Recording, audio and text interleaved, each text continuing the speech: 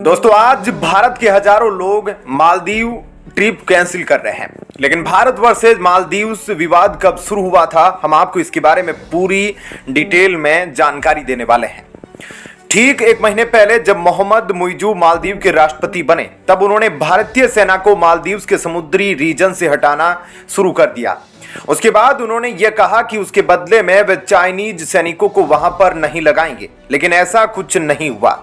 ऐसा माना जा रहा है कि उन्होंने चाइनीज सैनिकों को वहां डिप्लॉयड किया और कुछ टेक्नोलॉजी चाइना से उन्होंने मांगी है, जिससे भारतीय सेना रिप्लेस हो जाए।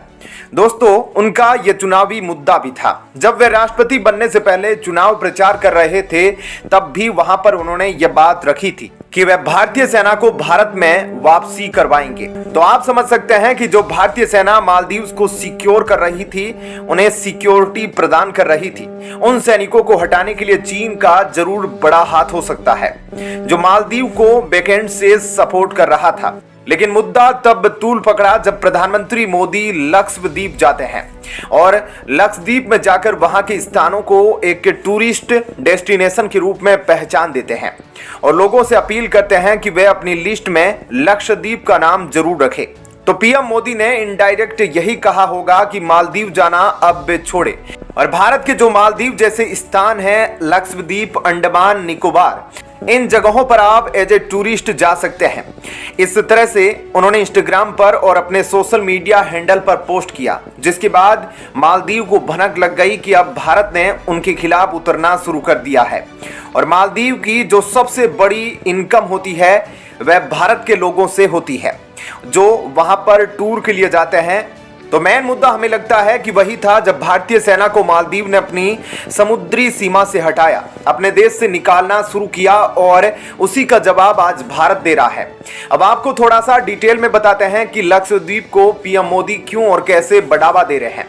दोस्तों रिसेंटली पीएम मोदी ने लक्षद्वीप से कुछ तस्वीरें पोस्ट की और उसके बाद देखा गया कि उसी दिन शाम से लेकर रात तक में लक्षद्वीप ट्रेंडिंग में आ गया और लोग यह सर्च करने लगे कि लक्षद्वीप कैसे जाना है।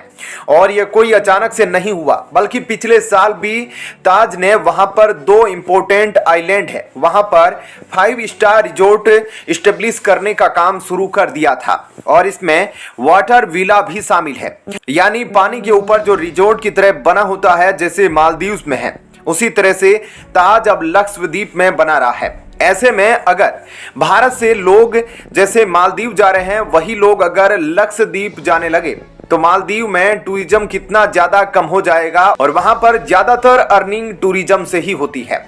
तो रिसेंटली पीएम मोदी ने इसे बढ़ावा दिया है और ऐसा करने के लिए उन्होंने लक्षद्वीप में विजिट की है। इससे पहले पीएम मोदी ने ऐसा ही कुछ ट्यूलिप गार्डन के लिए किया था, जम्मू और कश्मीर के लिए।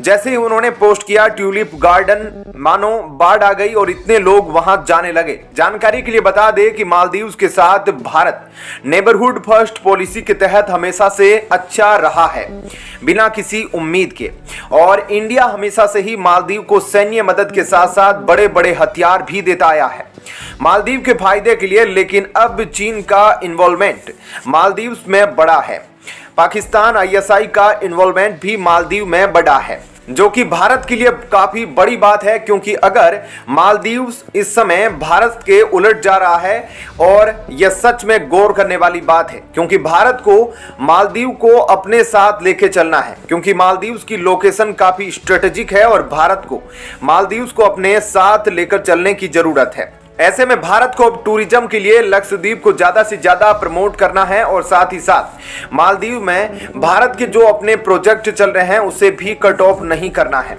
तो भारत अब इन्हीं सब चीजों को ध्यान में रखते हुए आगे बढ़ रहा है। क्या कहना है ऐसे में आपका इस खबर पर कमेंट सेक्शन में जरूर बताइएगा।